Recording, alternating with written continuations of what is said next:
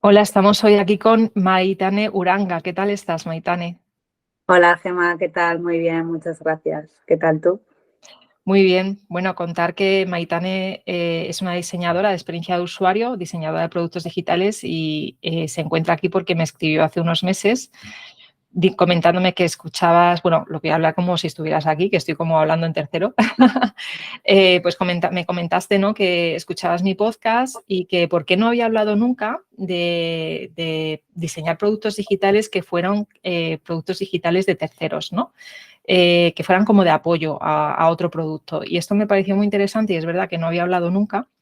Entonces te invité a venir. Así que muchísimas gracias, Maitane, por estar aquí. Gracias a ti. Sí, sí.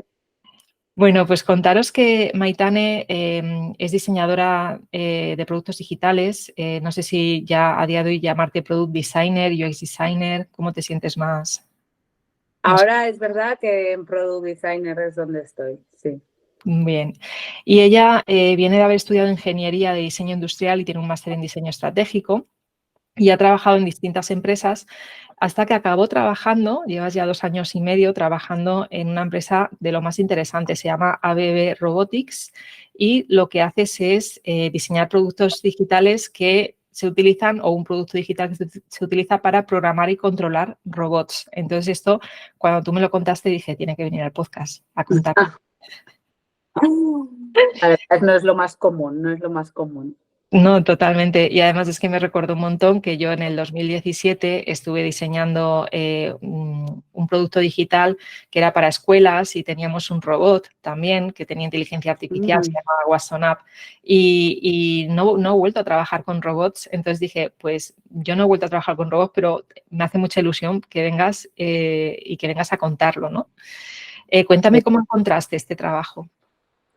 Sí, bueno, pues ahora trabajo en ABB Robotics, pero antes de ser ABB Robotics éramos Asti Mobile Robotics. Entonces éramos una empresa más pequeña que luego fue adquirida por la multinacional. Nos dedicamos solo a robots móviles que se mueven. Y fue porque, bueno, había coincidido con otras personas en otras experiencias que había tenido laborales. Querían iniciar una disciplina en UX Design, era un poco lo que conocían, UX Design. Y entonces me contrataron. Y ahora es verdad que, bueno, a partir de ello como Product Designer, pues hay también un perfil más enfocado en UX y otro más enfocado en UI. Bien, y tu trabajo, tu rol principal es diseñar un software o una aplicación, ¿no?, que es para programar estos robots. Entonces, es una aplicación de apoyo al producto principal, que es el robot, ¿verdad? Correcto, al final los clientes como compran uno o una flota de robots, entonces por ende necesitan un programa para poder programarlos y luego uno para poder como controlarlos o monitorizarlos. Entonces, como le llamamos que hemos hecho una suite de herramientas, entonces esta suite es un poco la que diseñamos. ¿Y cuál es el reto principal diseñando este tipo de productos digitales?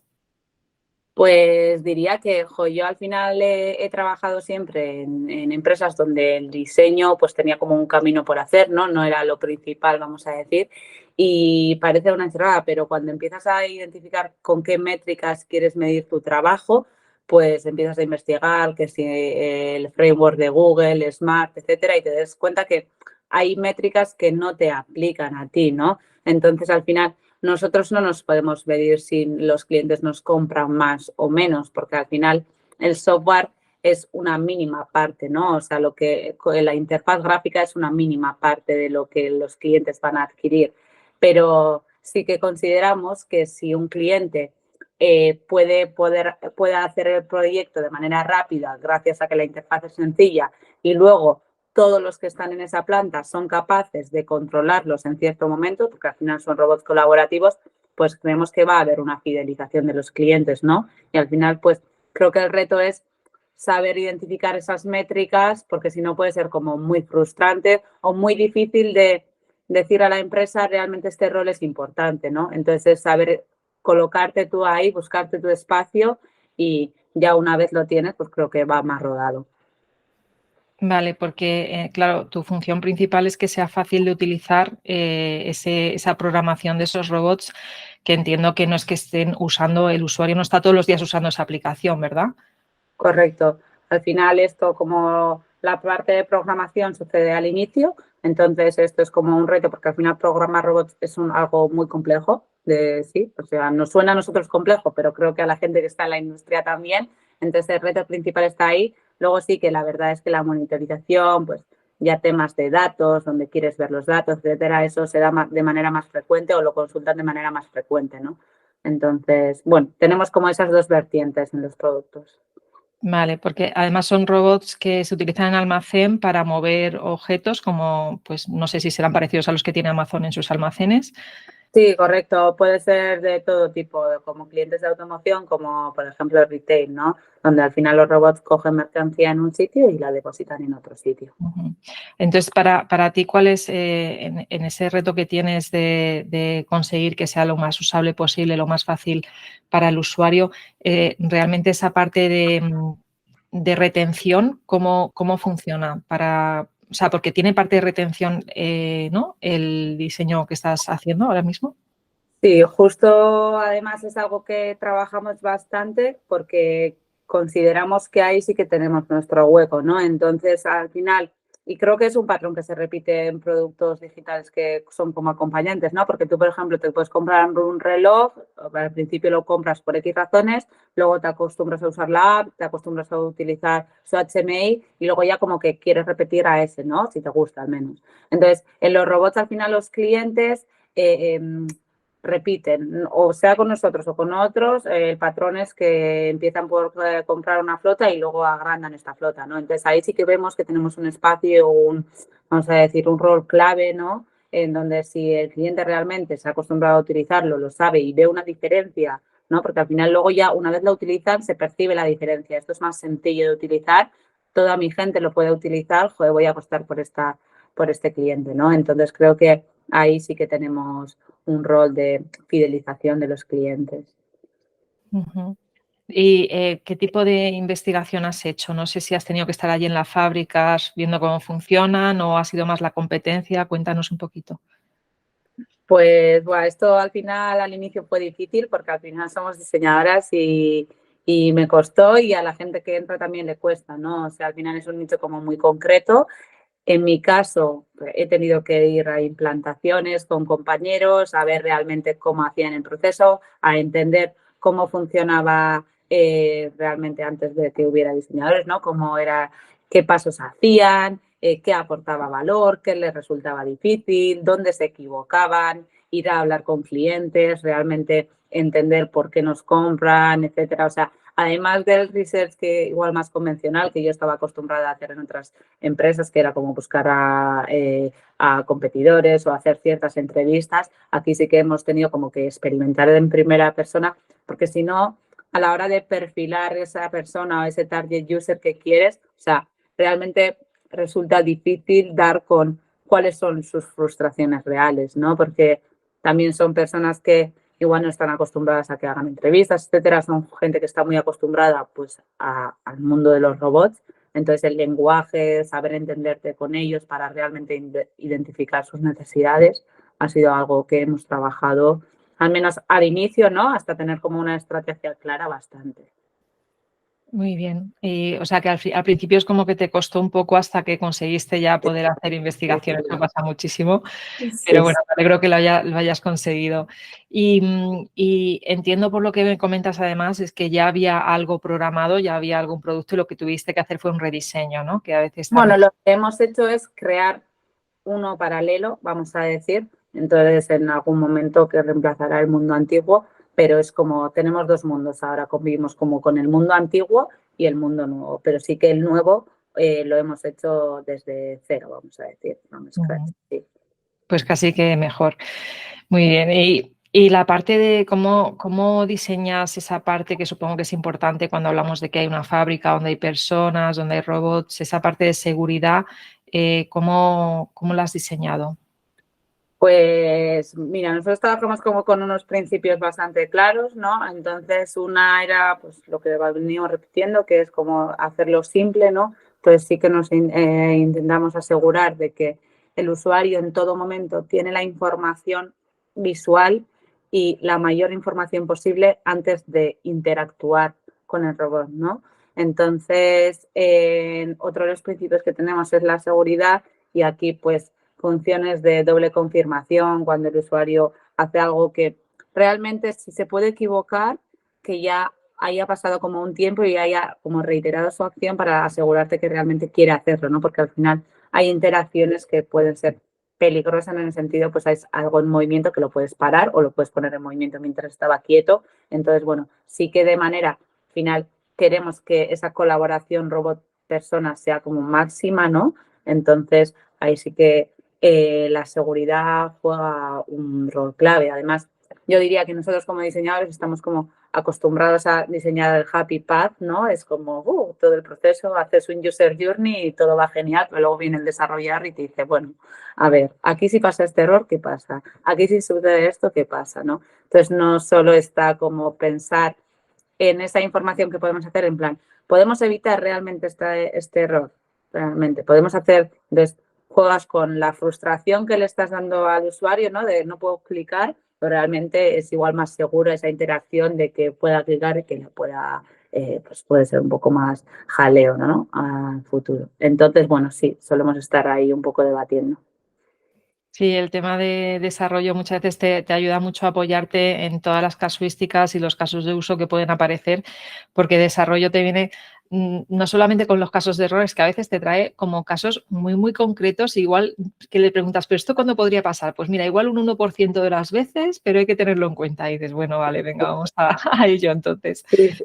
A mí es la empresa donde más he trabajado como con un equipo de desarrollo tan grande como el que tenemos y al final te ayudan como a aterrizar tu solución cuando crees que la tienes aterrizada, como a darle una vuelta más y te dice, es que esto todavía no lo has pensado y dices, jope, es que es verdad y sí, al final, bueno, ahí creo que también nosotros la colaboración, ¿no? Entre stakeholders es Mm. esencial para que el producto salga adelante.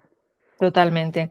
Y en esa fase inicial, porque has dicho que empezasteis el producto desde cero, en esa fase inicial donde decidíais qué funcionalidades ibais a mostrar, aquí, ¿dónde te apoyaste? ¿En los datos de la investigación o más en lo que ya había hecho? Cuéntame este proceso. Bueno, interesante. Al final aquí, bueno, es como que hay diferentes fuentes de información, ¿no? O sea, al final en el research, una de las cosas que siempre me gusta contar además es yo lo que me daba cuenta era que había un montón de pasos repetitivos, idénticos, una y otra vez. Y digo, esto no puede pasar, o sea, perdemos muchísimo tiempo en esto. Entonces, bueno, pues parte de UX no es solo cambiar la interfaz, sino retar el proceso, ¿no? O sea, realmente este paso es necesario, podemos automatizarlo, ¿no? Entonces, bueno, sí que ahí hubo un input esencial para poder plantear qué tipo de interacciones queríamos y cuáles creíamos que tenían que ser capacidad del software sin nada en el front, ¿no? Y luego hay muchas funcionalidades que a veces pues tampoco crees que aportan valor, pero las tienes que meter, ¿no? Por ejemplo, tienes que decirle al robot qué es lo que tiene que hacer. Hay cosas, parámetros que necesita el robot que realmente dices, joder, es como aburrido en ese sentido, ¿no? Es como le estoy poniendo un paso al usuario, ¿cómo puedo hacer que esto pues tenga su gracia, que realmente sea sencillo, que no le cueste tanto, ¿no? Entonces, bueno, ahí hay como un segundo input que suele ser bastante, al final nosotros trabajamos con diferentes tipos de robot, entonces por cada robot tienes que darle la vuelta un poquillo a esto, ¿no? Y luego ya existen las funcionalidades que realmente has visto en el mercado y crees que son como diferenciales y realmente quieres darle, ¿no? Entonces, como en cada release que sacamos, hacemos como una priorización. Entonces, el research diría que es parte clave para poder entender, mira, vamos a sacar una nueva release y nos queremos enfocar a X, pues necesitas tener esa información de cómo funciona ese entorno X para priorizar adecuadamente, diría. Y un poco balancing, ¿no? O sea, al final aquí ya sabes que pues uno quiere algo, el otro quiere lo otro, entonces, bueno, pues es lo mismo. Tú también te pones un poco la visión zoom out y dices qué es lo que puedo meter, ¿vale? Y que vaya un poco balanceado. Claro, porque si haces caso a todo el mundo acaba siendo una curva de aprendizaje muy alta porque de repente pues lo que pasa con la aplicación de Facebook, que dices, aquí tengo miles de funcionalidades, ¿por dónde empiezo? ¿No? Y es mucho más Justo. complicado usarlo. Justo, y además es algo que es un reto, ¿no? Porque al final dices, bueno, queremos que lo nuevo sea como muy, muy flexible y a veces la flexibilidad va en contra de nosotros mismos luego saber utilizarlo, ¿no? Entonces, menos es más, esto es algo que lo tenemos que tener claro, menos es más, entonces al menos que lo que tengamos esté bien, que sea sencillo, que lo sepamos utilizar y ante la duda no meterlo. Es lo que he ido aprendiendo. Ante la duda, pues no lo metemos. Y si se nos solicita, siempre hay quien puede añadir. Pero sí que hemos cometido errores de meter funcionalidades de más que luego realmente igual son como un tropiezo en el proceso, ¿no? Entonces, realmente si quieres como limpiar el proceso, diría que menos es más. Bien, ¿y cómo hacéis en la parte de investigación, la otra parte, la parte final de testing? ¿Vas allí in situ a las fábricas o tenéis el robot dentro de la oficina? ¿Cómo funciona esto? Bueno, sí que tenemos nosotros un entorno de testing en las oficinas, entonces sí que existe un equipo de QA dedicado a ello y de vez en cuando pues nosotros como hacemos workshops donde nos hacen partícipes, donde realmente podemos observar qué es lo que ocurre, ¿no? Porque al final a veces se prueban, las funciones funcionan, pero igual tú tenías algunas expectativas o algo que realmente igual no está documentado en algo, es como que la idea que te has hecho tú y luego allí viéndolo cambia, ¿no? Entonces sí que creo que es importante, al final al ser un producto que acompaña a otro, no es lo que decimos, un producto mero acompañante del robot, que estés ahí con el robot y que realmente veas, ¿no? Porque también a veces pasa que lo haces un proceso y si no funciona y no llegas a entender qué es lo que no funciona hasta que lo ves, ¿no? Entonces sí, de vez en cuando, o sea, aunque trabaje yo en remoto en mi caso, de vez en cuando tengo que ir a la oficina para realmente ver y entender esto. Bien, y ya la última pregunta, que es que muchas veces la gente relaciona robot con inteligencia artificial, pero no tiene por qué. En este caso, ¿tiene inteligencia artificial o no la tiene? Bueno, es que la inteligencia artificial al final es un mundo, ¿no?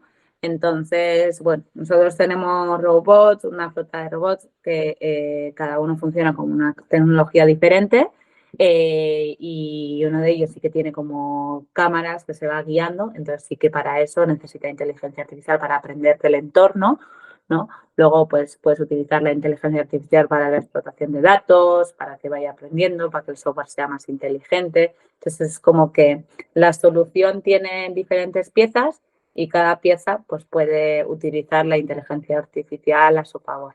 En algunas piezas es verdad que vamos más avanzados y en otras pues todavía no hemos entrado, vamos a decir, a todo el valor que nos puede aportar la inteligencia artificial. Al final ahí tenemos, creo que nosotros como sociedad y la industria, un camino por recorrer en la inteligencia artificial bastante importante.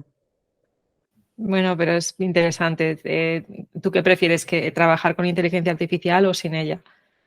No, sí, sí, yo creo, o sea, yo soy pro que nos ayuda como personas y que también creo que enriquece, ¿no? Esto es como las redes sociales, nos ayudan o nos entorpecen, ¿no? Entonces es ahí que nosotros como personas busquemos también en las tareas, pues esas tareas repetitivas, lo que te contaba, lo que queremos automatizar con las tareas repetitivas, pues al final la inteligencia artificial también a nosotros como diseñadores, ¿no? Nos puede ayudar a automatizar esas tareas iniciales que a veces se te hacen bola, ¿no? O al menos a mí se me hacen bola. Entonces, y buscar cuál es nuestro aporte de valor, que creo que ese reemplazo que comenta, en eso no, es verdad que no creo. Bueno, y si alguien quisiera trabajar en el mismo ámbito que tú, diseñando para robots, ¿qué le recomiendas que estudie? Bueno, pues es verdad que yo cuando empecé creía que la ingeniería ya la tenía olvidadísima y sí que veo que gente que entra en perfiles de diseño y quizá no tiene ese background ingenieril, quizá hay algunos términos o hay alguna materia que se le encasqueta más, ¿no? Entonces, bueno, a mí es verdad que no sé en qué parte, no sabría cómo ponerle un nombre en qué me ha ayudado, pero al final tener la ingeniería por detrás sí que me ha ayudado. Y luego tengo un máster en diseño estratégico que es como algo muy generalista, ¿no?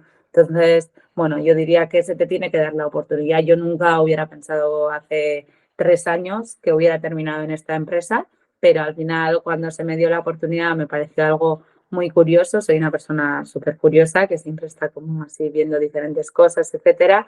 Y el tema de los robots móviles me parecía un mundo nuevo que no conocía y a día de hoy me falta muchísimo por conocer, quiero decir, al final es un mercado que irá creciendo y me encanta. Entonces diría que, bueno, se te tiene que dar la oportunidad y luego ya dentro de la empresa también creces, ¿no? O sea, no es lo mismo Maitane hace 2 años diseñando que Maitane ahora diseñando. Entonces, bueno. Desde luego. Bueno, pues muchísimas gracias, Maitane, tanto por haber querido venir al podcast como por ser parte de la comunidad de personas que escuchan mi podcast.